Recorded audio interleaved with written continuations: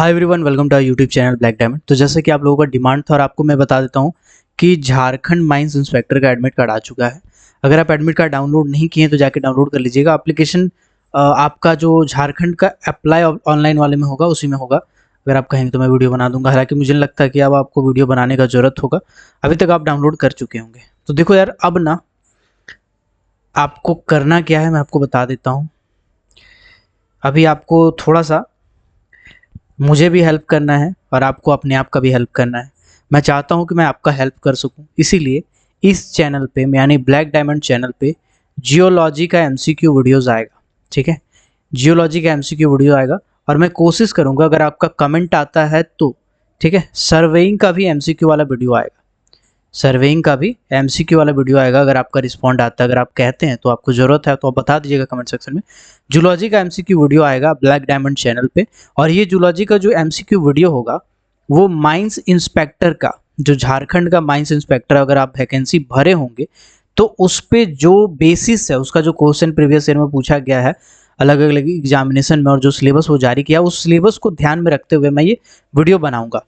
तो आप जूलॉजी का एमसीक्यू देखना चाहते हैं और सर्वेइंग का एमसीक्यू देखना चाहते हैं तो कमेंट कीजिएगा और इसी चैनल पे आपको वीडियो मिल जाएगा। तो अगर आप तैयारी कर रहे हैं झारखंड माइंस इंस्पेक्टर का या JDLCCE का तैयारी कर रहे हैं अगर, तो चैनल को जरूर सब्सक्राइब कर दीजिएगा। जो नहीं करे हैं चैनल को सब्सक्राइब, अगर कोई अदर ब्रांच का है लेकिन उसको जूलॉजी पूछा जाएगा तो उसको जरूर फॉरवर्ड कीजिएगा सर। एक तो ये हो गया। दूसरा आपको करना क्या है, एक सेकेंड मैं थोड़ा सा स्क्रीन को ब्लैक कर रहा हूँ। अभी आपके स्क्रीन पे शायद ब्लैक आ रहा होगा ड्यू टू प्राइवेसी रीजन। ठीक है, जस्ट अ सेकेंड। दूसरा, अगर आप चाहते हैं कि आप माइंस इंस्पेक्टर का तैयारी और अच्छे से करें लेकिन इलेक्ट्रिकल का पोर्शन जो है या मैकेनिकल का जो पोर्शन है वो आपको समझ में नहीं आ रहा है, तो मैं आपको बता देता हूँ मेरा जो सेकंड चैनल है, ठीक है, जिस चैनल का नाम जस्ट अ सेकेंड में शो कर देता हूँ, अब ब्लैक हटा देता हूँ। ठीक है, चलिए। तो ये जो चैनल है, जिस चैनल का नाम है ब्राइट एजुकेशन, आपके स्क्रीन पे आ रहा होगा अगर आप देख रहे होंगे तो इस चैनल को जाके जरूर सब्सक्राइब करो यार। अभी 2000 सब्सक्राइबर के आसपास है। इसमें मेरा बहुत सारा वीडियो पड़ा हुआ है। ये चैनल मेरा ही है एक तरह से कह सकते हैं आप। ठीक है, तो इसमें कॉम्बिनेशन है, बहुत कोई लोग हैं मिलके बनाते हैं सब। तो इसमें आपको बहुत सारा चीज़ मिल जाएगा। क्या क्या मिल जाएगा देखिएगा, प्लेलिस्ट में जाकर मैं दिखाता हूँ। इसमें आपको झारखंड का जो एमसीक्यू सीरीज है, देखिए टोटल 7 वीडियो अपलोडेड है। सातों में चुन चुन के क्वेश्चन डाला गया है, तो इस टाइप का वीडियो कर लीजिएगा। झारखंड से रिलेटेड एमसीक्यू पूछता है। इलेक्ट्रिकल इंजीनियरिंग का एमसीक्यू मैंने खुद बनाया है ना, क्लियर हो जाएगा। जस्ट ये दूसरा चैनल है ना, तो कॉपीराइट आ जाएगा अपना ही चैनल से अपना ही चैनल पे। तो इलेक्ट्रिकल इंजीनियरिंग का एमसीक्यू कॉन्सेप्ट के साथ इलेक्ट्रिकल इंजीनियरिंग मैंने समझाया भी है और भी बहुत सारा वीडियो उस पर आएगा, है ना। आप लोगों के लिए मैं कर रहा हूँ। मैं फर्स्ट ईयर में जब था, एक सेकंड, प्ले हो गया क्या? नहीं नहीं नहीं, एक मिनट प्ले हो जाएगा तो मेरे को लफड़ा हो जाएगा भाई। ठीक है, तो मतलब कुल मिला करके आप यहाँ पे जाकर देख सकते हैं, बहुत सारा आपको वीडियोस मिल जाएगा। बहुत सारा झारखंड का, इंडिया का ज्योग्राफी, इंडिया का रिवर, कुछ तो वीडियो इसमें मैं ही बनाया हूँ। इंडियन लेक्स, इंडियन डैम, है ना, रिवर वाला शायद मैं ही बनाया हूँ वीडियो। तो ऐसे करके आपको बहुत सारा ज्योग्राफी का टॉपिक, बहुत सारा हिस्ट्री का टॉपिक, बहुत सारा जैसे डे, कौन सा दिन को कौन सा डे मनाया जाता है ना, इंपॉर्टेंट नोबेल प्राइज, ये वाला तो शायद मैं ही बनाया हूँ, है ना। तो ये सब आपको मिल जाएगा। ठीक है, ये सब आपको आराम से मिल जाएगा। चूंकि अभी एक कोल इंडिया का वैकेंसी आया था, उसमें मैं खुद सोच रहा था चलो ट्राई करके देखते हैं किस टाइप का क्वेश्चन आजकल पूछता है। तो मैंने एग्जाम दिया था, तो ऑब्वियस सी बात है निकलना ही है। तो निकल गया, बट मैं कहीं और ऑलरेडी जॉब कर रहा हूँ तो मैं नहीं कर सकता हूँ, इसीलिए मैं छोड़ दिया। तो कोल इंडिया का पैटर्न को मैं बहुत अच्छे तरीके से समझता हूँ, तो आपको कोल इंडिया से रिलेटेड भी यहाँ पे बहुत कुछ मिल जाएगा और साथ ही साथ आपको झारखंड माइंस इंस्पेक्टर से रिलेटेड भी बहुत कुछ मिल जाएगा। ठीक है, चलिए, तो जरूर चैनल को जाकर सब्सक्राइब कीजिएगा। चलिए आते हैं आगे। अभी एक क्वेश्चन, हम लोग क्वेश्चन डिस्कस करते हैं जूलॉजी का डायरेक्टली और उसके बाद बाकी बात करते हैं। तो एमसीक्यू क्वेश्चन है। पहला क्वेश्चन है, the magnetic theory for origin of the earth was proposed by Moulton and Chamberlin, Kant and Laplace, professor F Hoyle और JP क्यूपर। तो सर इसको मैं समझाना चाहूँगा सर, अब थोड़ा सा, क्योंकि अगर मैं आपको खाली आंसर बता के निकल जाऊंगा तो शायद आपको दिक्कत होगा। ठीक है, चलिए मैं शॉर्ट में समझाने की कोशिश करता हूं कि देखो ऐसा है कि धरती कैसे बना, इसको लेके बहुत लंबा टाइम से चर्चा था कि कैसे बना, अलग अलग साइंटिस्ट जो है अलग अलग थ्योरी देते थे। ठीक है, तो ओरिजिन ऑफ अर्थ को लेके अलग अलग थ्योरी दिया गया। इन सभी थ्योरीज को, इन सभी हाइपोथेसिस को अलग अलग कैटेगरी में डिवाइड किया गया है। इसको मेनली दो भागों में बांटा गया है। कितने भागों में बांटा गया है?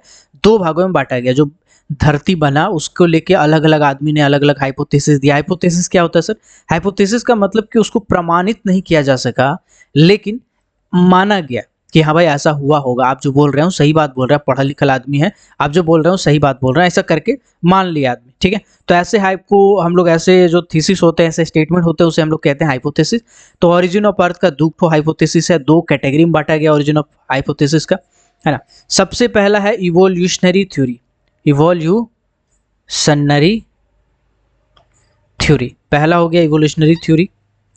ठीक है, और दूसरा हो गया कैटास्ट्रॉफिक थ्योरी। कैटास्ट्रॉफिक थ्योरी देखो दो भाग में बांट दिया गया। ओके, अभी इवोल्यूशनरी थ्योरी क्या है समझिए, बेसिक कॉन्सेप्ट समझिए, तब आपका क्वेश्चन दनादन बनेगा। इवोल्यूशनरी थ्योरी का मतलब होता है, ऐसा बहुत सारा वैज्ञानिक था जिसका मानना था कि जो हमारा धरती है, आज हमारा जो अर्थ है, वो पहले एक ठो गोला था, एक ठो डस्ट का या आग का, है ना। कोई माना कि डस्ट का गोला था, कोई माना कि आग का गोला था, कोई माना कि बहुत सारा उसमें एनर्जी था। ऐसा बहुत सारा गोला हुआ करता था, उसी गोला में सन भी हुआ करता था। और वही से किसी भी कारण से, चाहे न्यूबुलर हाइपोथेसिस का बात करें या प्रोटो प्लैनेट हाइपोथेसिस का बात करें, उसी गोला से हमारा सन भी निकला और उसी वाले से हमारा अलग अलग अर्थ भी निकला, उसी से बना है, उसी से उसका इवोल्यूशन हुआ है। धीरे धीरे ठंडा होकर अलग अलग सॉलिड मास में जम गया, जमने के बाद धीरे धीरे सेपरेट होते गया, अपना अपना ऑर्बिट पकड़ लिया। ऐसा बहुत सारा थ्योरी है, तो उसको हम लोग बोलते हैं इवोल्यूशनरी थ्योरी। एक तो हो गया इवोल्यूशनरी थ्योरी। अब समझते हैं कैटास्ट्रॉफिक थ्योरी क्या होता है फिर। तो कैटास्ट्रॉफिक थ्योरी होता है कि बोला है बहुत सारा वैज्ञानिक लोग, है ना, बहुत सारे वैज्ञानिक लोग बोला भैया ऐसा था कि सन जो है ना बहुत पहले से था, सन पहले से था, मतलब पहले से अंतरिक्ष में सन घूम रहा था, उसके बगल में से, उसके बगल में से कोई न्यूबुला पार हुआ या कोई स्टार पार हुआ, तो यही सन से जो मटेरियल है वो मटेरियल खींचा खींचा के बाहर निकल गया ड्यू टू अट्रैक्शन और अट्रैक्शन फोर्सेस के कारण। अलग अलग छोटा छोटा टुकड़ा निकल के सन से बाहर आया, और फिर वही सब टुकड़ा सब ठंडा हुआ, ठंडा होकर प्लेनेट का रूप ले लिया।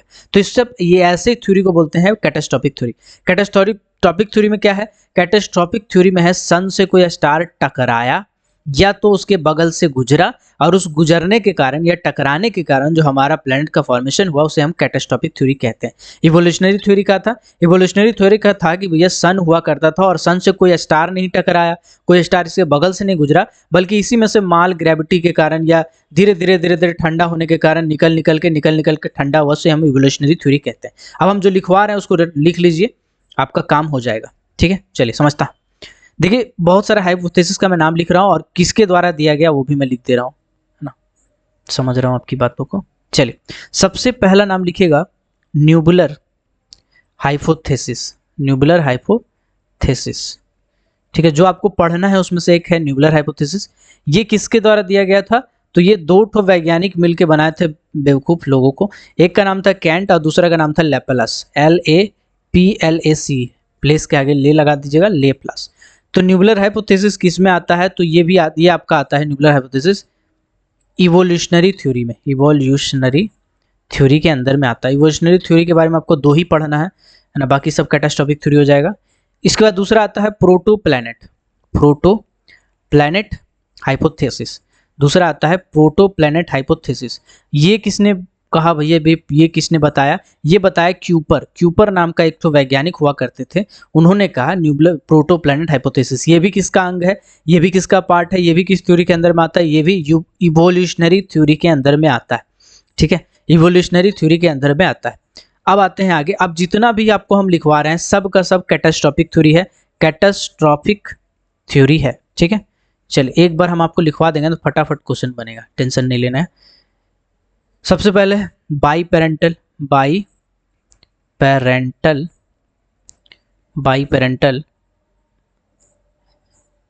ओरिजिन ऑफ अर्थ, मतलब बाई पेरेंटल थ्योरी कह सकते हैं। बाई पेरेंटल थ्योरी ये किसने बताया सर? तो बाई पेरेंटल थ्योरी भी, और एक ठो और थ्योरी है, इसका भी नाम लिख दे रहे हैं,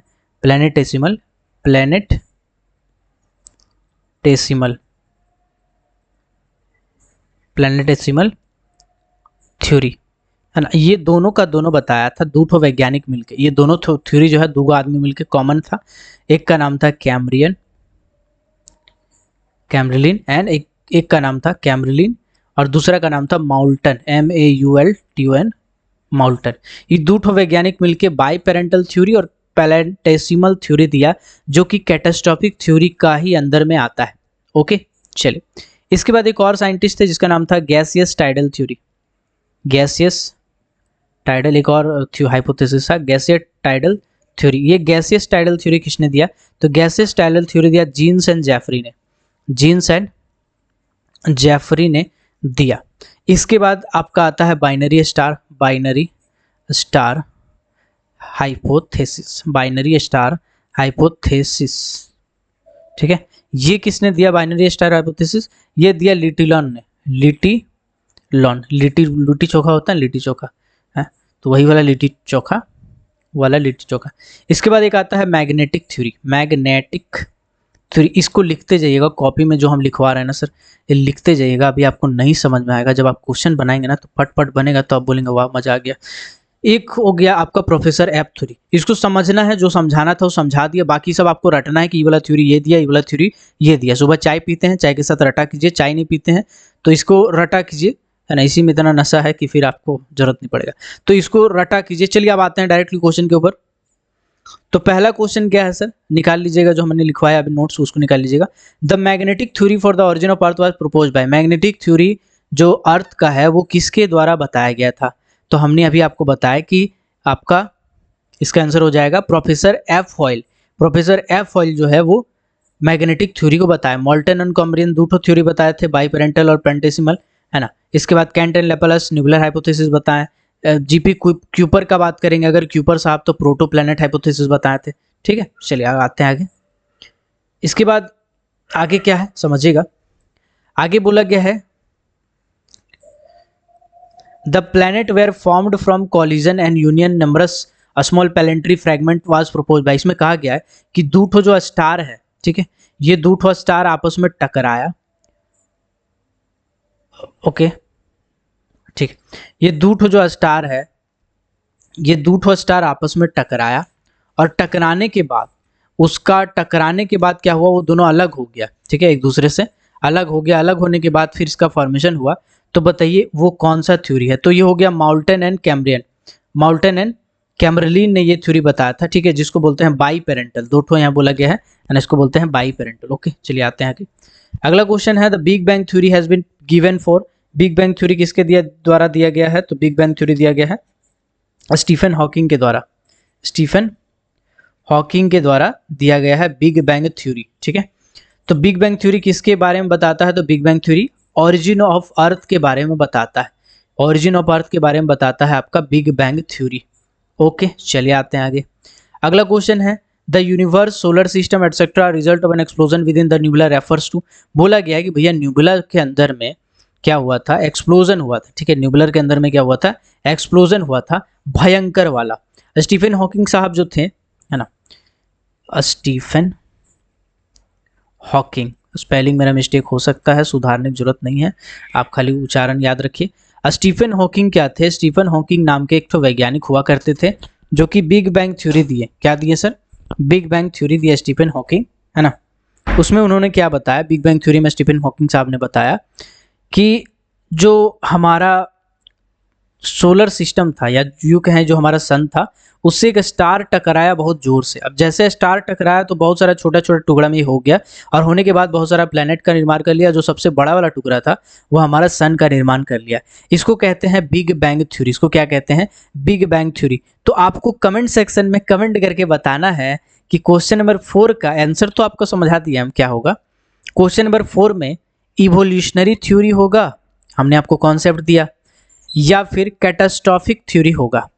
कैटास्ट्रॉफिक थ्योरी क्या होता है वो हमने बताया आपको। इवोल्यूशनरी थ्योरी क्या होता है वो भी हमने आपको बताया। तो आपको बताना है कि इवोल्यूशनरी थ्योरी होगा, बिग बैंग थ्योरी, या कैटास्ट्रॉफिक थ्योरी होगा। आप कमेंट करके बताइएगा। कमेंट करने में, टाइप करने में दिक्कत हो तो खाली ई और सी लिख दीजिएगा, हम समझ गए 4 का ई होगा कि 4 का सी होगा, हम समझ जाएंगे आपका आंसर कि आप क्या कहना चाहते हैं। ठीक है, चलिए अगला क्वेश्चन पे आते हैं। अगला क्वेश्चन है the material is pulled out by the sun by an extensive forces refers to. एक तो मटेरियल था, ये सन मतलब सन था, एक सन के अंदर में एक बहुत सारा मटेरियल था। वो मटेरियल क्या है? किसी भी तरीके से बाहर आ गया। ठीक है, बाहर आके अपना एक रूप ले लिया, बाहर आके अपना क्या किया, रूप ले लिया, तो इसको हम लोग क्या कहेंगे, तो एक्सटर्नल फोर्सेस लिखा हुआ है। तो एक्सटर्नल फोर्सेस कब लगता है, जब मान के चलिए सन है और सन के बाहर में कोई स्टार आ गया है, सामने से गुजर रहा है और उसके कारण ये पुल हो गए, मतलब इसके तरफ जाए, तो उसको हम लोग बोलते हैं एक्सटर्नल फोर्सेस। इसीलिए इसका हो जाएगा कैटास्ट्रॉफिक थ्योरी आंसर। ठीक है, चलिए कैटास्ट्रॉफिक थ्योरी इसका आंसर हो जाएगा। आते हैं अगला क्वेश्चन पे। अगला क्वेश्चन बोला गया है the planets become isolated masses of matter as the material of solar system condense into the sun refers to. इसमें क्या बोला गया है, इसमें बोला गया है कि मान एक जो हमारा जो भी मटेरियल आपको देखने को मिलता है, जो प्लेनेट थे वो सन के ही अंदर में एक मास हुआ करते थे, जो बाद में इससे आइसोलेट हुए, मतलब इससे अलग हो गए और अलग होने के बाद ठंडा होकर प्लेनेट बना लिए। तो यहाँ पे कहीं पर भी फोर्सेस का इस्तेमाल कर रहे हैं हम कि बगल बाहर से कोई फोर्स आया, कहीं पे हम दूसरा स्टार का इस्तेमाल कर रहे हैं, शब्द का नहीं कर रहे हैं। तो इसका जो आंसर हो जाएगा वो हो जाएगा इवोल्यूशनरी थ्योरी, जैसे कि न्यूबुलर हाइपोथेसिस में होता है। ठीक है, इतना कुत्ता क्यों भौंक रहा है यार, इतना डिस्टर्ब करता है ना कुत्ता लोग। चलो ओ भाई साहब, choose the correct statement regarding black hole. Black hole से रिगार्डिंग आपको स्टेटमेंट बताना है। ठीक है, क्या होगा इसका आंसर। चलिए, तो ब्लैक होल में बोला गया है it is a result of compression and collapse of matter, है ना। मतलब कि ब्लैक होल क्या है, कुछ मटेरियल था, मटेरियल बहुत सारा मैटर था, मैटर बहुत तरफ चारों तरफ से कंप्रेस हुआ और कोलैप्स होते गया, कुछ कुछ मैटर इसमें और मिलते गया, है ना। इसके बाद बोला it is an area whose gravitational field is so strong that nothing can escape from it. मतलब समझाते हैं आपको। सर मान के चलिए आपके पास एक मैग्नेट है, ठीक है, और मैग्नेट बहुत ताकतवर है। आप उसके सामने से बहुत सारा छोटा छोटा, अगर मान के चलिए छोटा छोटा नेल रखा हुआ है, नेल मतलब लोहा का, आयरन का नेल रखा हुआ है, नेल है ना, स्टेपलर का पिन होता है ना, समझिए वैसे छोटा छोटा बहुत सारा पिन रखा हुआ छोटा छोटा लोहा का। अब इस मैग्नेट को इसके सामने से गुजारेंगे तो क्या होगा, जितना भी पिन हुआ है ना, जितना पिन है सब पिन मैग्नेट से चिपक जाएगा। बिल्कुल ऐसा ही होता है हमारा ब्लैक होल, ऐसा ही होता है हमारा क्या, ब्लैक होल। ब्लैक होल क्या होता है, ब्लैक होल इतना ज़्यादा कंडेंस चीज़ होता है कि इसमें से कुछ भी इसके अगल बगल से पार होगा, चाहे सन हो, चाहे अर्थ हो, चाहे आपका मून हो, चाहे आपका कुछ भी हो, चाहे मेट्रॉइड्स हो, कुछ भी उसके बगल से गुजरेगा, उसको अपने तरफ फट से खींच लेगा और अपने में टकरा लेगा, अपने में समा लेगा। ठीक है, इसको बोलते हैं ब्लैक होल। इसको क्या बोलते हैं, ब्लैक होल। तो पूछता है कि ब्लैक होल क्या वाकई में होल है, ना ना भैया होल नहीं है, ये एक ठो गोला जैसा है। वो गोला का इतना ज़्यादा ग्रेविटी है कि कौन हो चीज़ उसके बगल से गुजरेगा फट से खींच लेगा, फट से अपनी तरफ खींच लेगा, चिपका लेगा अपने ऊपर, समझे। तो उसको हम लोग बोलते हैं ब्लैक होल। तो इसका आंसर हो जाएगा option number D, all of the correct answer इसका हो जाएगा। ठीक है, चलिए आते हैं अगला क्वेश्चन। देखिए अगला क्वेश्चन है, who was the first man to give this present theory that sun is in centre and other planets move around it. मतलब क्या है, हम लोग जानते हैं कि हमारा सन है, ठीक, सन के बाद बहुत सारा अलग अलग प्लैनेट। आपको याद नहीं होगा प्लैनेट, कोई बात नहीं, हम शॉर्ट में आपको याद करवा देते हैं, कोई दिक्कत नहीं, कोई बात नहीं, समझ रहे हैं भाई। भोज का टाइम कोहड़ा रोपने वाला आदमी है तुम लोग, हम भी ऐसे ही थे, है ना। मतलब एग्जाम आ गया है माथा पे तो आप पढ़ना शुरू करेंगे, कोई दिक्कत नहीं है, कोई बात नहीं, हम हैं आप लोग के लिए। चलिए समझाते हैं आपको। देखिए ऐसा है, ये है सन, मान लीजिए, मानने में क्या जाता है, मान के चलिए हमारा सन है, सूरज है, ठीक। अभी क्या, अरे घूमो ना यार, ये हमारा सन है, ठीक है। अभी सन के बाद बहुत सारा ऑर्बिट है और हमारा बहुत सारा ऑर्बिट में अलग अलग प्लेनेट है, ठीक है। मेरा ड्राइंग बहुत खराब है, आपको पता चल गया होगा अभी तक। तो अभी पूरा प्लेनेट हम आपको सीक्वेंस में याद कराई देते हैं, कोई दिक्कत नहीं है। हमारा साथ एक ठो डायलॉग बोलिएगा, आपको याद हो जाएगा, है ना। हमारे साथ बोलिएगा, संडे, मंडे, विमल, इलायची। मतलब संडे और मंडे को हम विमल और इलायची खाएंगे। हम मोटिवेट नहीं कर रहे हैं भाई, खाते हो तो छोड़ दो, बहुत ख़राब चीज़ है, ठीक है ना। तो संडे वनडे विमल इलायची, संडे मंडे को मास्टर साहब क्या बोलते हैं, जाके विमल इलायची खाओ, है ना। तो संडे वनडे विमल इलायची, संडे मंडे विमल इलायची, संडे मंडे विमल इलायची, इतना याद कीजिए। अगर ये चीज़ आपको याद हो जाता है तो फिर आपके लिए थोड़ा सा और आसान हो जाएगा आगे का चीज़, ठीक है। संडे मंडे विमल इलायची। ओके चलिए, इसके बाद संडे मंडे विमल विमल इलायची हो गया। उसके बाद बोलिएगा मंगल, ठीक, संडे मंडे तो हो गया भैया। अब संडे के बाद मंडे के बाद अब मंगलवार ही आएगा ना, ट्यूसडे ही आएगा ना, तो मंगल, इसके बाद नीचे ऐसे लिखिएगा, छोटा सा लिखिएगा बुध। आप बुध लिख के बुध को काट दीजिएगा, कहीं बुध को एक्सेप्ट नहीं करना है, ठीक है। बुध के बाद आता है गुरु, ठीक, गुरु के बाद छोटा सा यहाँ शुक्र लिखिएगा हिसाब करने के लिए, और शुक्र छोड़ के फिर यहाँ पे लिखिएगा शनि, ठीक है। हम क्या बोल रहे हैं, हम बोल रहे हैं कि कोई डॉक्टर साहब है, वो डॉक्टर साहब हफ्ता में 3 दिन बैठते हैं, ठीक है। हफ्ता में कितने दिन बैठते हैं, 3 दिन बैठते हैं, जिसको हम लोग क्या बोलते हैं, हम लोग जैसे ट्यूशन पढ़ने जाते हैं ना, कभी कभी बोलते हैं ना कि मास्टर कितना दिन पढ़ाता है, तो मास्टर 3 दिन पढ़ाता है। कौन कौन से दिन पढ़ाता है, तो TTS को पढ़ाता है। तो टी माने क्या है, टी माने ट्यूसडे है, टी माने क्या है, टी माने थर्सडे है, और एस माने क्या है, एस माने सैटरडे। मतलब ये वाला पैटर्न आप ऑलरेडी रटे हुए हैं, ये वाला पैटर्न हमको पढ़ाने की जरूरत नहीं है, ये वाला जो पैटर्न है ये आप ऑलरेडी रटे हुए हैं, ऐसा हम उम्मीद कर रहे हैं, ठीक है। ऐसा हम उम्मीद कर लेते हैं कि आपको ऑलरेडी ये सब बात जो है वो पता है, ठीक है। चलिए, तो संडे मंडे विमल इलायची, मंगल गुरु शनि, मंगल गुरु शनि, ठीक है। अब आते हैं आगे, इसको थोड़ा मिटाई लेते हैं। संडे मंडे विमल इलायची, मंगल गुरु शनि, संडे मंडे विमल इलायची, मंगल गुरु शनि, पूरा सोलर सिस्टम सर यही 2 लाइन में निपट जाने वाला है। अब घबराइएगा नहीं, बस हौसला रखिएगा और हम पे थोड़ा बहुत भरोसा रखिएगा। अब आइए मेरे साथ बोलिएगा यूरिन, यूरिन मतलब होता है पेशाब, बताने की जरूरत नहीं है। यूरिन ने प्लूटो, मतलब ऐसा है कि मान के चलिए आप कहीं डॉक्टर के पास गए हैं यूरिन का सैंपल लेके, ठीक, तो डॉक्टर बोला है कि यूरिन जो है उसका काम हो गया, यूरिन को फेंक दो, पलट दो, तो वही हो गया यूरिन ने पलूटो, यूरिन ने पलूटो, यूरिन को क्या करो, पलट दो, यूरिन को पलूटो दो। अब आपको समझाते हैं इसका मतलब क्या हुआ, समझिएगा। देखिए ऐसा है, संडे का मतलब क्या होता है, संडे का मतलब होता है सन, सन का मतलब सूरज, यानी कि सूरज होगा यहाँ। सूरज के बाद मंडे होता है, ठीक है, सूरज के बाद क्या होता है, सूरज के बाद हमारा होता है मंडे, ठीक। मंडे मतलब एम फॉर मरकरी, एम से क्या होता है, मरकरी होता है, मरकरी। तो संडे के बाद यानी सन के बाद, सन के बाद जो पहला प्लेनेट होगा वो हमारा कौन होगा, वो हमारा मरकरी होगा साहब, मरकरी होगा, ठीक है। इसके बाद हमने कहा विमल, विमल का मतलब क्या होगा, विमल का मतलब होगा वेनस, VENUS, वेनस, ठीक है, वेनस हो जाएगा हमारा विमल का मतलब, V for Vimal, V for Venus. इसके बाद इलायची, इलायची का पहला लेटर क्या है, ई से हमारा कौन सा प्लेनेट होता है सर, एक ही को प्लेनेट होता है पूरा दुनिया में, वो है अर्थ, अर्थ है सर हमारा, अर्थ। इसके बाद है मंगल, मंगल को हम लोग क्या बोलते हैं, मार्स बोलते हैं, मिशन मंगलम, मिशन मंगलम, है ना, ये तो पता ही होगा। मिशन मंगल करके मूवी भी निकला था, बड़ा मस्त लगा था, देखने में मजा आएगा। अगर नहीं देखे तो यूट्यूब में देखिए खोज के, है ना, नहीं तो लिंक तो जुगाड़िए लीजिएगा आप लोग। तो मंगल, इसके बाद गुरु, गुरु को हम लोग क्या बोलते हैं सर, गुरु को हम लोग इंग्लिश में बोलते हैं जुपिटर, क्या बोलते हैं हम लोग गुरु को जुपिटर, गुरु को हम लोग बोलते हैं जुपिटर, ठीक है।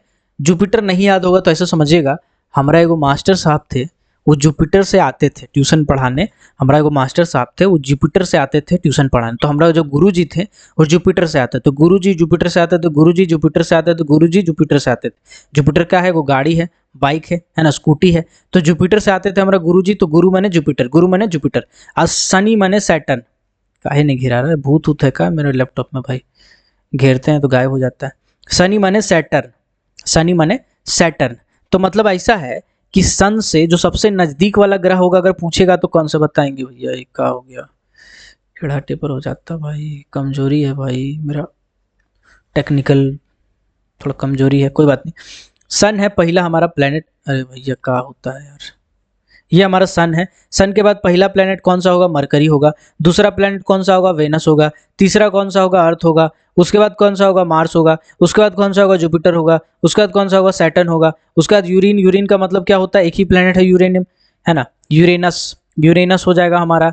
ने का मतलब होता है नेपच्यून, नेपच्यून हो जाएगा। अब प्लूटो का मतलब तो आपको पता है, प्लूटो। अब आप कहेंगे सर प्लूटो को तो हटा दिया है, प्लूटो को तो किताब से हटा दिया है, प्लूटो को प्लेनेट नहीं माना गया, आप गलत पढ़ा रहे। देखो भाई ऐसा है, हम लोग का जूलॉजी में ना माना जा रहा है कि प्लूटो एक प्लेनेट है। चाहे आप किसी भी किताब में पढ़िए, आप जीवी महापात्र साहब का किताब पढ़िए या के.एम. बांगर साहब का किताब पढ़िए, उसमें प्लूटो को गुरु ग्रह अभी भी मान रहा है। तो आपका एग्जाम में हो सकता है ये क्वेश्चन पूछ दे, तो इसीलिए आपको प्लूटो को मान के चलना है। तो ये पूरा सीक्वेंस को अगर हम सजाएंगे तो कुछ ऐसा हो जाएगा कि पहला है हमारा सन, सन के बाद कौन सा ग्रह है, सबसे नज़दीक में होगा मरकरी, मरकरी सबसे गर्म ग्रह हो जाएगा नज़दीक, सूरज के नज़दीक मरकरी। इसके बाद हो जाएगा आपका वेनस, VENUS वेनस। इसके बाद हमारा आ जाता है अर्थ, इसके बाद हमारा आ जाता है अर्थ आ जाता है, ठीक है ना, अर्थ। तो मरकरी, वेनस, अर्थ, ठीक है। चलो मरकरी हो गया, वेनस हो गया, अर्थ, मार्स, अर्थ हो गया, है ना, संडे, मंडे, विमल, इलायची, ओके। और एक हो गया मार्स। ये 4 ग्रह को बोलते हैं हम लोग इनर प्लैनेट। क्या कहते हैं इसको? इसको हम लोग बोलते हैं इनर प्लैनेट, ठीक है, इनर प्लैनेट इसको कहते हैं। इसी तरह इसके बाद का जो 4 ग्रह है ना, मंगल के बाद हो जाएगा गुरु, गुरु का मतलब हो जाएगा आपका जुपिटर, जुपिटर हो जाएगा। जुपिटर के बाद उसके बाद गुरु, शुक्र के बाद शनि, सैटर्न हो जाएगा, है ना। हमको भी याद नहीं, हम भी ट्रिके से याद किए तो हमको दिक्कत होता है। सैटर्न के बाद हो जाएगा हमारा यूरेनियस, प्लूटो, यूरेनस हो जाएगा, यूरेनस हो जाएगा। और यूरेनस के बाद नेपच्यून हो जाएगा, नेपच्यून, ठीक है। 4 इधर हो गया। अब कभी कभी प्लूटो भी मानता है तो प्लूटो भी लेके चलो। तो इसको हम लोग बोलते हैं आउटर प्लैनेट। क्या बोलते हैं? आउटर प्लैनेट कहते हैं। अब जितना भी हम जूलॉजी यहीं पे पढ़ाई देते हैं आपको प्लैनेट सिस्टम वाला, तो सर ये सीक्वेंस अगर आपको याद हो गया, अगर आपको बोलेगा सबसे गर्म ग्रह बोलेंगे मरकरी, सन से सबसे नजदीक ग्रह बोलेंगे मरकरी, बोलेगा पृथ्वी का कितना पोजीशन है तो आप बोलेंगे तीसरा, पहला नंबर पे ये, दूसरा नंबर पे ये, तीसरा नंबर पे ये। इनर प्लैनेट में टोटल कितने प्लैनेट है तो आप बोलेंगे 4 प्लैनेट है इनर प्लैनेट में। मार्स के बाद क्या होता है? मार्स के बाद एक एस्ट्रॉइड बेल्ट है सर। एस्ट्रॉइड बेल्ट मतलब क्या होता है? उसमें बहुत सारा मेट्रॉइड घूम रहा है, माने बहुत सारा बड़का बड़का बड़का बड़का पत्थर जो है पूरा दनादन दनादन दनादन ऑर्बिट में घूम रहा है। इसको हम लोग बोलते हैं एस्टेरॉइड या एस्टेरॉइड बेल्ट। तो पूछेगा एस्टेरॉइड बेल्ट कहाँ है, तो मार्स और जुपिटर के बीच में है। फिर आपको पूछेगा कि बताइए कौन सा ऐसा ग्रह है जिसका मतलब गोल गोल गोल गोल छाता है, रिंग है, तो उसको हम बोलते हैं सैटर्न। सैटर्न जिसका रिंग है, ठीक है। इसका बोलेगा कि बताओ ज्यादा डेंस वाला ग्रह कौन है, तो इंटीरियर जितना भी ये इनर वाला है, इनर वाला ज्यादा डेंस है, मतलब ज्यादा अंदर तक घुसा हुआ है, ज्यादा गाढ़ा है ना। बाहर वाला जो प्लेनेट है इसका डेंसिटी कम है, बाहर वाला जो प्लेनेट है इसका कम डेंस है, ये है ना, बड़ा बड़ा ज्यादा प्लेनेट है। अंदर वाला छोटा प्लेनेट है, अंदर वाला कितना प्लेनेट है? छोटा है। बड़ा बाहर वाला क्या है? बड़ा प्लेनेट है, ठीक है। तो ये सब जितना भी क्वेश्चन था, है ना, हम सब आपको यहीं पे कराई देते हैं। चलिए अब आते हैं आगे। इतना कॉन्सेप्ट आपको समझा दिया ना, इस पर आपको 3-4 क्वेश्चन 5 क्वेश्चन बन जाएगा, ठीक है ना। चलिए सबसे फास्टेस्ट कौन सा है, तो प्लूटो है सबसे फास्टेस्ट प्लैनेट, है ना। सबसे फास्टेस्ट प्लैनेट कौन सा है? प्लूटो है। क्वेश्चन नंबर 9 यही कह रहा है कि the fastest planet in the solar system, ये हमारा हो गया, ठीक है। तो हमारा जो सन है, सन के चारों ओर प्लेनेट परिक्रमा करता है, ये पहली बार कौन बताया था? तो ये हमारा बताए गए थे कॉपरनिकस साहब। कॉपरनिकस साहब जो थे वही एक पहली बार भविष्यवाणी किए थे कि भैया देखो ऐसा है कि तुम लोग बेवकूफ़ ना बनो। सन जो है वो सूरज से पश्चिम नहीं जाता, उत्तर से पश्चिम नहीं जाता है ना, पूरब से पश्चिम नहीं जाता है। जो हमारा पृथ्वी है ना, वही सूरज भगवान का गोल गोल गोल गोल चक्कर काटता है, ठीक ना, है ना। चलिए अब आते हैं क्वेश्चन नंबर 10 पे। क्वेश्चन नंबर 10 बोला गया है Which of the following statement as regard the consequences of the movement of the earth is not correct। बोला गया है कि बताओ भैया कि कौन सा ऐसा स्टेटमेंट है जो गलत है यहाँ पे, ठीक है। कौन सा ऐसा स्टेटमेंट है जो यहाँ पे गलत है? पहला स्टेटमेंट बोला गया है कि जो हमारा अर्थ है वो रोटेशन करता है। रोटेशन का मतलब है कि अर्थ हमारा एक जगह पे खड़ा है और उसी जगह पे वो गोल गोल घूम रहा है, तो उसको हम लोग बोलते हैं रोटेशन, ठीक है। और ये जो अर्थ है ये पूरा एक ऑर्बिट का चक्कर काट रहा है, इसको हम लोग बोलते हैं रिवॉल्यूशन। तो अर्थ का रोटेशन होता है तभी दिन रात होता है। सही बात है कि नहीं? सही बात है, सही बात है भाई, है ना, ये तो सही बात है। दूसरा बोला गया है revolution of the earth is cause the changes in season. सही बात है। अर्थ जो है 365 दिन में चक्कर काटता है, तो जब आधा पहुंच जाता है तो कभी ठंडा आता है, फिर बरसात आता है, फिर गर्मी आता है, फिर बसंत ऋतु आता है, फिर माने ऐसी है। तो ये हमारा सीजन भी क्रिएट करता है रिवोल्यूशन। सही बात है। इसके बाद बोला गया rotation of the earth causes variation in duration of day and night. नहीं, ऐसा नहीं है। रोटेशन होने से वेरिएशन नहीं आता सर। दिन होता है, रात होता है, ठीक है ना। ऐसे थोड़ी अलग अलग वेराइटी आता है। आज नीला कलर का आसमान है, कल लाल कलर का आसमान है, परसों ब्लू कलर का आसमान है, उसका अगला दिन हरा कलर का आसमान। ऐसा नहीं होता, ही गलत चीज बोल रहे हैं भाई। चलो इसको हम छाट लिया। अगला क्वेश्चन, अगला ऑप्शन है rotation of the earth affect the movement of wind and ocean current. देखो ऐसा है, आप सुने होंगे कि जो समुद्र होता है, सी होता है, सी बीच में आप जाएंगे ना, तो बीच में ना रतिया को पुलिस घूमेगा सीटी बजा बजा के, और रात को बोलेगा कि बीच में मत नहाइएगा, बीच से दूर रहिएगा, बीच से दूर रहिएगा। काहे कि जो ज्वार भाटा होता है वो दिन में कहीं और तक रहता है सीमिटेड, लेकिन जब रात होता है तो पूरा आगे तक आ जाता है। ठीक है, इसीलिए रात को बोलता है पुलिस वाला कि बीच में नहीं नहाने का। ठीक, तो ये वाइंड है, हवा है, ओशियन का करंट है, इसको मॉनिटर तो करता है ये, अर्थ का रोटेशन जो है उसको मॉनिटर करता है। तो यहाँ सब सही हो जाएगा, ऑप्शन नंबर सी हो जाएगा गलत। यहाँ गलत पूछा तो option number see the correct answer. ठीक है, चलिए आते हैं अगला क्वेश्चन पे। अगला क्वेश्चन बोला गया the atmosphere of early period was rich in, मतलब कि ऐसा है कि जब धरती बना था तो बताइएगा हमारा जो अर्थ है उसका, उसमें कौन कौन सा गैस हुआ करता था, कौन सा नहीं था। ठीक है, तो देखो यार, जब अर्थ बना था ना तो दिमाग में रखिएगा ऑक्सीजन तो नहीं था, ऑक्सीजन नहीं था। जब अर्थ बना था ना तो उसका टेम्परेचर था 3900 डिग्री सेंटीग्रेड, 2900 डिग्री सेंटीग्रेड। अब आप समझिए कि आप 40 डिग्री सेंटीग्रेड में रहते हैं तो आपका पसीना आ जाता है, आप बोलते हैं बहुत गर्मी हो पप्पा। तो जब अगर 3900 डिग्री सेंटीग्रेड में रहते हैं, मतलब रह तो नहीं पाते, लेकिन अगर आदमी कोई रहता है ना तो मिली सेकेंड में उसका शरीर में सिर्फ हड्डी बचता। तो इतना डिग्री सेंटीग्रेड में जब धरती बना था उस टाइम हुआ करता था, और उस टाइम ऑक्सीजन नाम का कोई नामो निशान नहीं था। कौन कौन सा गैस था, तो मीथेन गैस था, क्योंकि पूरा जल रहा था पृथ्वी, है ना। इसके बाद नाइट्रोजन गैस था, और कार्बन डाइऑक्साइड गैस था पूरा दुनिया भर का। तो कार्बन डाइऑक्साइड, मीथेन और नाइट्रोजन। अगर नहीं समझ में आता इस क्वेश्चन का आंसर तो ऐसे छाटते हैं कि ऑक्सीजन कहाँ कहाँ है, ऑक्सीजन यहाँ है तो इसको काट देंगे, ऑक्सीजन यहाँ है तो इसको काट देंगे, ऑक्सीजन यहाँ है तो इसको काट देंगे। ऑप्शन नंबर सी में ऑक्सीजन नहीं है तो option number see the correct answer. Early stage में ऑक्सीजन नहीं था, इतना हमको पता है, तो उससे हम छाट लेंगे क्वेश्चन। कॉन्सेप्ट पता रहेगा तुक्का मारेंगे सही होगा, कॉन्सेप्ट पता नहीं रहेगा तुक्का मारेंगे गलती होगा, और गलती होगा तो नेगेटिव में ले डूबेगा, काहे कि झारखंड इंस्पेक्टर में आपका नेगेटिव है 1/3। अगला क्वेश्चन बोला गया है severe thinking of ozone layer is of its deflection term H, है ना। यहाँ पे थिंकिंग लिखा हुआ है, ये थिंकिंग होना चाहिए। ठीक है, मतलब कि जो हमारा ओजोन लेयर है, ठीक है, ओके, ओजोन लेयर है, ओजोन लेयर में टिकलिंग होता है सर, टिकलिंग। ठीक है, ओजोन लेयर में जो छेद है अगर सीवियर होते जा रहा है, सीवियर होते जा रहा है, तो उसको हम लोग क्या बोलेंगे, उसको हम लोग ओजोन होल बोलेंगे। ठीक है, ओजोन डिफ्लेक्शन का मतलब क्या होता है, थोड़ा सा छेद हो गया तो उसको डिफ्लेक्शन बोलते हैं, लेकिन बहुत बड़ा छेद हो गया तो उसको हम लोग डिफ्लेक्शन नहीं कहते हैं, बल्कि ओजोन होल कहते हैं सर, ओजोन होल कहते हैं। अलग अलग स्फीयर के बारे में हम आपको पढ़ाएंगे, अगर आपको चाहिए वीडियो तो बता दीजिएगा, अलग अलग स्फीयर के बारे में पढ़ाएंगे, है ना। कौन कौन सा स्फीयर होता है, बहुत सारा स्फीयर होता है ना। तोरो साथे मिसु में आयरन मंगईबो, मंगईबो। ठीक है, चलो, तो बहुत सारा स्फीयर होता है, ट्रोपोस्फीयर, स्ट्रेटोस्फीयर, मिसोस्फीयर, आइनोस्फीयर, मैग्नेटोस्फीयर, है ना। आप कहेंगे तो बहुत सारे ट्रिक है, हम याद करा देंगे अगर आपको झारखंडी भाषा आता है तो। नहीं आता है तो थोड़ा सा समझने में रट्टा मार लीजिएगा, बहुत सारा और भी तरीका है, कोई दिक्कत नहीं है। ठीक है, तो बहुत सारा बनाना तो चाहते हैं यार, लेकिन समय का ऐसा दिक्कत है ना भैया, रोजी रोटी में जो फंसे हैं बड़ा समस्या है। गरीब आदमी है, 8 घंटा नौकरी करते हैं फिर वीडियो बनाते हैं, है ना। गरीब आदमी के लिए एक लाइक कर दीजिएगा, कमेंट सेक्शन में अपना सिंपैथी बरसा दीजिएगा, अच्छा लगता है। आते हैं क्वेश्चन नंबर 13 पे। क्वेश्चन नंबर 13 में क्या बोला भाई, क्वेश्चन नंबर 13 में बोला है what is the maximum concentration of ozone in ozone layer. देखो ऐसा है, ओजोन लेयर जो होता है ना, वो हमारा कौन सा स्फीयर में है, तोरो साथे, हाँ, स्ट्रेटोस्फीयर में है। ओजोन लेयर जो हमारा होता है वो हमारा स्ट्रेटोस्फीयर में होता है। स्ट्रेटोस्फीयर में 60 किलोमीटर के ऊपर में, लगभग मतलब धरती से 60 किलोमीटर ऊपर में हमारा ओजोन लेयर होता है। ठीक है, ओजोन लेयर हमारा होता है। ठीक है, तो ये ओजोन लेयर में लगभग 5 ppm, ठीक है, 0.5 ppm, 0.5 ppm इसका कंसंट्रेशन होता है, किसका, ओजोन गैस का, यानी कि O3 का, O3 यानी ओजोन गैस का 5%, 0.5 ppm जो है कंसंट्रेशन होता है। यहाँ पे मैं एक चीज़ और बता देना चाहता हूँ आपको, समझिएगा बात को। देखो ऐसा है, जो ऑफिशियल बुक्स होती हैं जूलॉजी की, आप कोशिश कीजिएगा कि डाटा कम से कम वहीं से पढ़ें। हम किसी किताब को खराब नहीं कह रहे हैं, हर वैज्ञानिक का अपना अपना मत होता है, लोग अपने से एक्सपेरिमेंट करते हैं और अपना डाटा अपने हिसाब से लिखते हैं।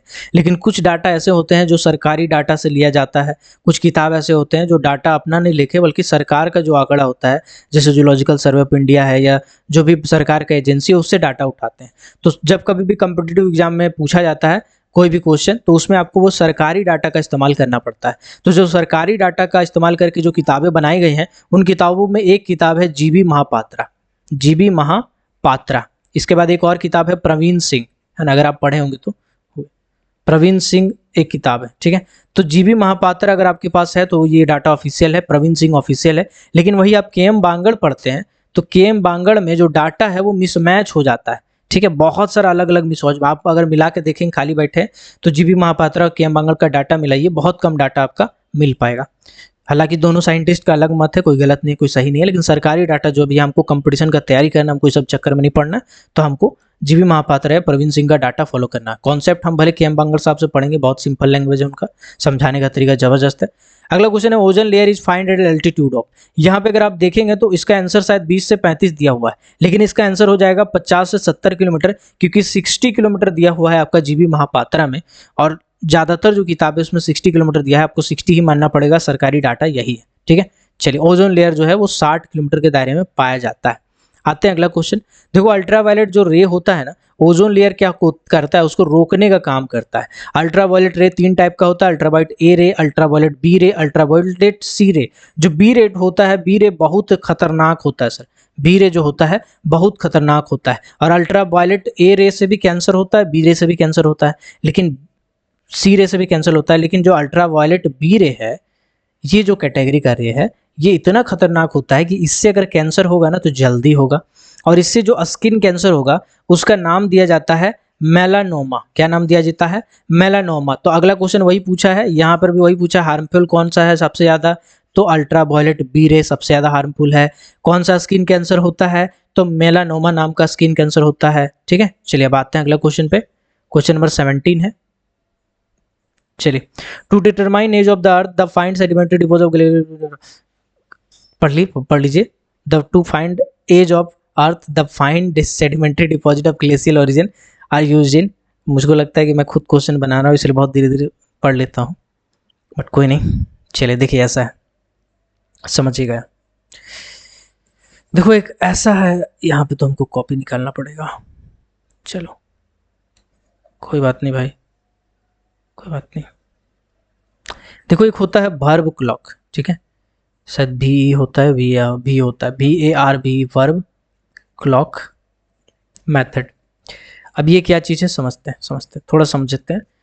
वर्ब क्लॉक मेथड के अगर आप चाहते हैं डिटेल में बनाना वीडियो, तो आप कहेंगे कमेंट सेक्शन में, तो हम बना देंगे, लेकिन यार वीडियो आपको देखना पड़ेगा। बहुत कम अगर रिस्पॉन्ड आता है तो फिर मन नहीं करता है बनाने का, और भी बहुत सारे टॉपिक है जिस पर ज़्यादा इंपॉर्टेंस मिलता है। इस वीडियो को दबा के शेयर कीजिए अपने दोस्तों के साथ, है ना, और बार बार देखिए इस वीडियो को ताकि आपका रिवीजन हो सके। वर्ब क्लॉक मेथड क्या है सर? ऐसा है कि धरती जब बना तो बनने के बाद उसको एज को डिटरमाइन करने का बात आया कि बताओ भैया धरती हमारा कितना पुराना है। तो एज को जब डिटरमाइन करने के बात आया ना, तो इसको लेके 2 प्रकार का थ्योरी आया, 2 प्रकार का मापदंड आया, 2 तरीके से नापा गया। पहला को बोलते हैं इनडायरेक्ट मेथड, ठीक है, पहला को बोलते हैं इनडायरेक्ट मेथड, और दूसरा को बोलते हैं डायरेक्ट मेथड, ठीक है, दूसरा को बोलते हैं डायरेक्ट मेथड। जो डायरेक्ट मेथड है इसी का नाम है रेडियो एक्टिव मेथड। क्या नाम है? Radio active method. ये रेडियो एक्टिव मेथड में हमको डायरेक्ट मिलता है, मतलब एक एक्सपेरिमेंट करते हैं और उस एक्सपेरिमेंट से जो डाटा मिलता है उसी से हम बताते हैं कि जो हाफ लाइफ है इस पर्टिकुलर एलिमेंट का इतना हो रहा है, इसीलिए जो एज ऑफ अर्थ है या इस पर्टिकुलर चीज़ का जो अर्थ है वो इतना होगा। इनडायरेक्ट मेथड में हम क्या करते हैं? इनडायरेक्ट मेथड में अलग अलग तरीके से हम पता लगाते हैं कि हमारा धरती का एज क्या है। तो अलग अलग साइंटिस्ट ने अलग अलग एक्सपेरिमेंट किया और एक्सपेरिमेंट करने के बाद बताया हमें। जो पहला साइंटिस्ट जो एक्सपेरिमेंट किए, है ना, उसका नाम था verb clock method.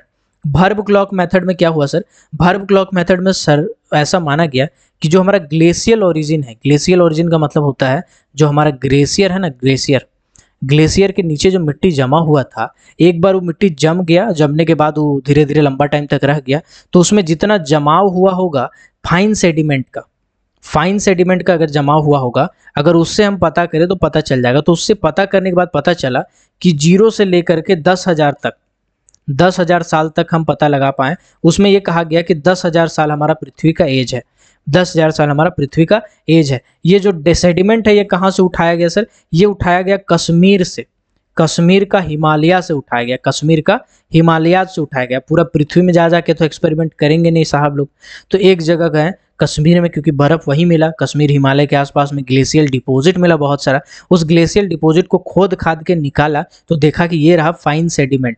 Fine sediment का फिर जांच किया गया तो पता चला 0 से 10,000, मतलब 0 से 10,000 साल हमारा पृथ्वी का एज ऐसा लिखा जाता है, और इतना एज तक ये नाप सकता हमारा वर्ब क्लॉक, उससे ज़्यादा हमारा एज नहीं नाप सकता था। ठीक है, दूसरा जो मेथड था जिसको हम लोग बोलते हैं सेडिमेंटेशन मेथड। सेडिमेंटेशन मेथड, ठीक है, सेडिमेंटेशन मेथड क्या होता है सर? इसमें हम लोग को बोला गया कि जो हमारा धरती है ना, हमारा जो धरती है उसमें सेडिमेंट जमा होते हैं, आपको पता है इरोजन, वेदरिंग, ट्रांसपोर्टेशन, डिपोजिशन, इससे हमारा वेदरिंग होता है, मतलब इससे हमारा सेडिमेंटेशन होता है, और सेडिमेंट जमा होते जाते हैं।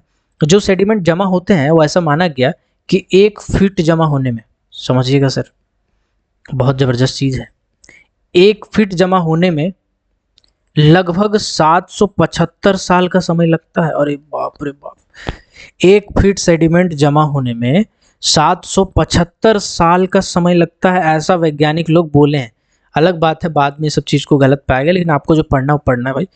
1 फीट जमा करने में सेडिमेंट का 775 साल लगता है, ऐसा कहा गया साइंटिस्ट लोग के द्वारा।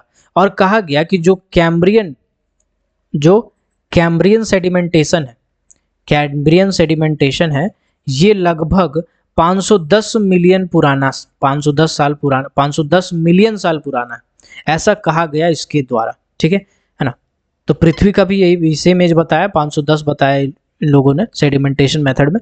ठीक है, जो पॉइंट बता रहा है वही इंपॉर्टेंट है, टेंशन नहीं आइएगा नहीं। ठीक, नहीं बुझाएगा रट लीजिएगा पॉइंट, हुआ काम चल जाएगा आपका। ठीक, तीसरा होता है सालिनिटी क्लॉक। सालिनिटी क्लॉक क्या है सुनिएगा, मजेदार चीज है। देखो 2-4 को साइंटिस्ट ऐसा है जो बोला कि ऐसा है कि जब धरती बना था ना, तो जो समुंदर का पानी था ना वो नमकीन नहीं था, समुंदर का पानी जो था वो एकदम मीठा था पीने लायक। लेकिन जैसे जैसे सेडिमेंटेशन हुआ, माने अलग अलग जगह से नदी अपना पानी ले लेके जाके समुद्र में मिलाया, डस्ट है, धूल है, मिट्टी है, अलग अलग जगह का जाके समुद्र में मिलाया, तो धीरे धीरे जो पनिया है वो पानी नमकीन होते गया, सॉल्टी होते गया। तो सालिनिटी क्लॉक से नाप के हम बता सकते हैं कि कितना साल एज होगा पृथ्वी का।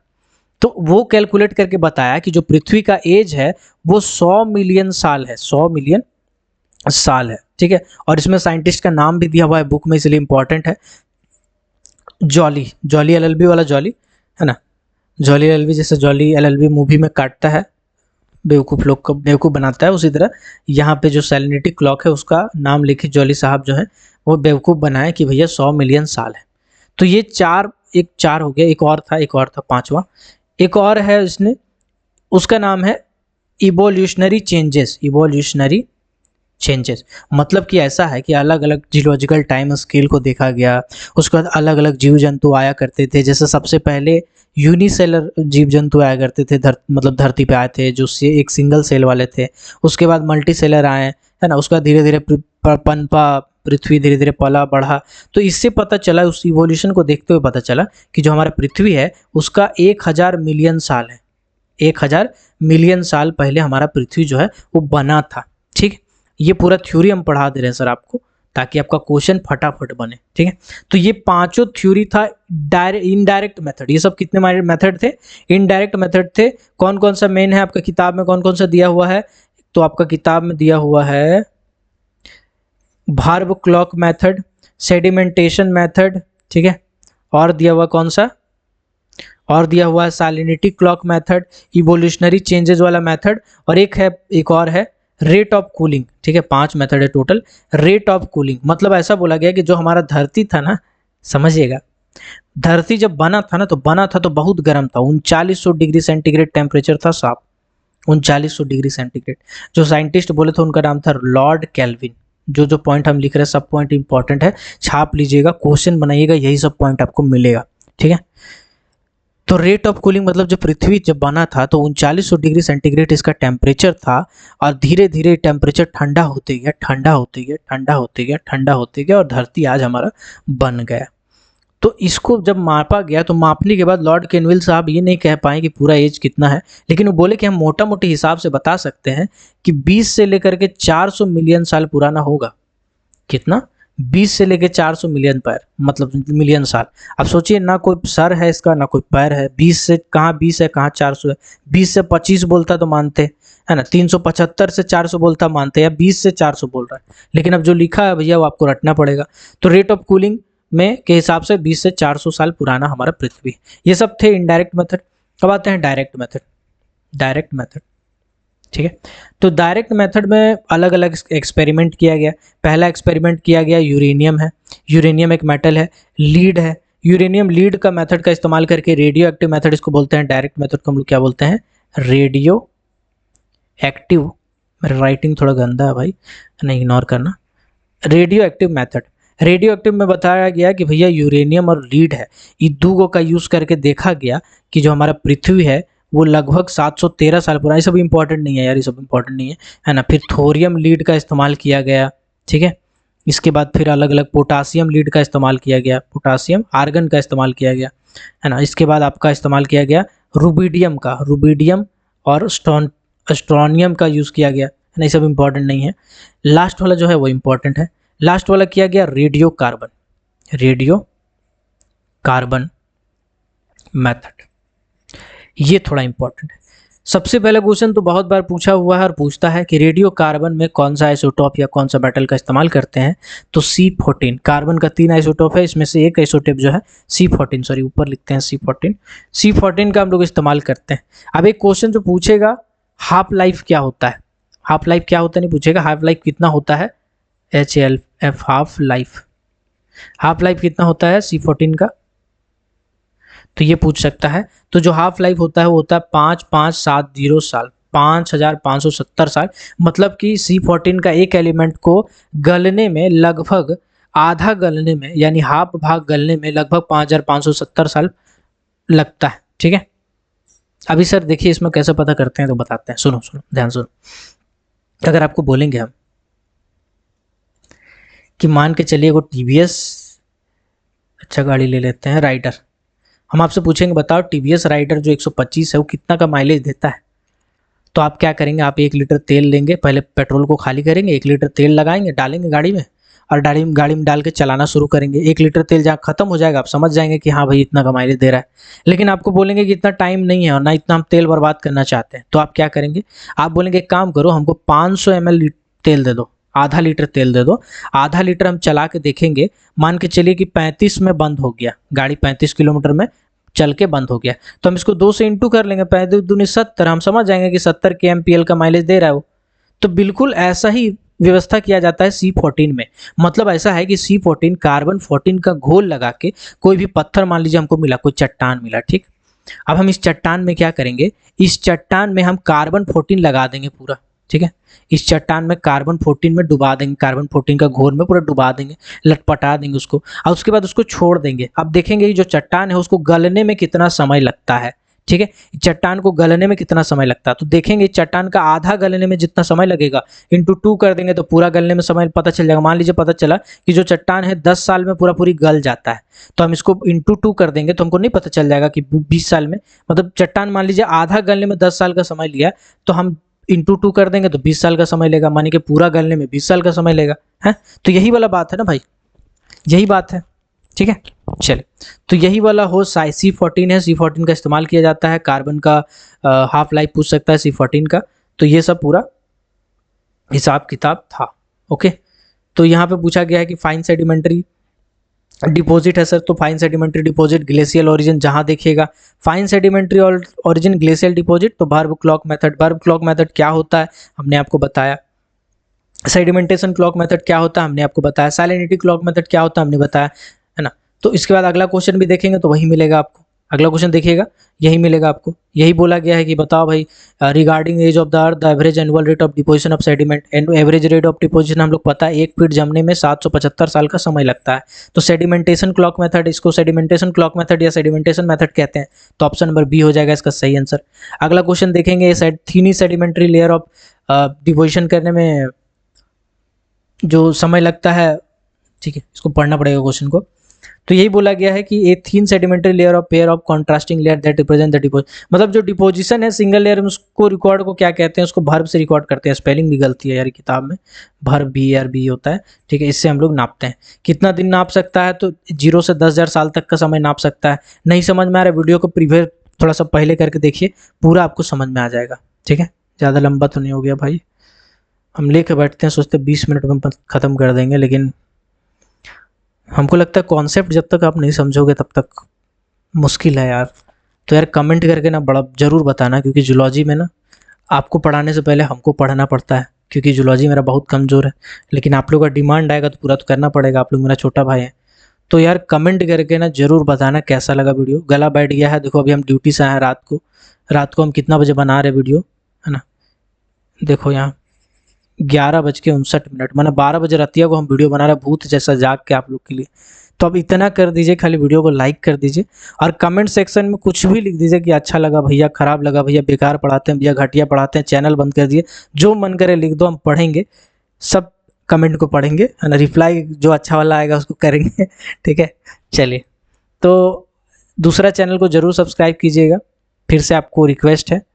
जो सेकंड चैनल है अपराइट एजुकेशन, उसको जाके जरूर सब्सक्राइब कीजिएगा, उसमें मेरा बहुत सारा वीडियो आ रहा है, नॉन टेक्निकल पोर्शन का बहुत सारा वीडियो आने वाला है। तो अभी आपका एग्जाम है झारखंड वाला, अभी के लिए कर लो, बाद में हटा देना यार, कोई दिक्कत नहीं है। आपका एग्जाम का तैयारी हो जाएगा उसके बाद हटा देना चैनल को, लेकिन अभी आप कर लो क्योंकि आपको बहुत फ़ायदा होगा, आपको फ़ायदा होगा, आप अच्छी जगह पहुँचोगे, मुझे अच्छा लगेगा। मिलते हैं किसी और वीडियो में, तब तक के लिए keep watching, keep supporting, till then जय हिंद।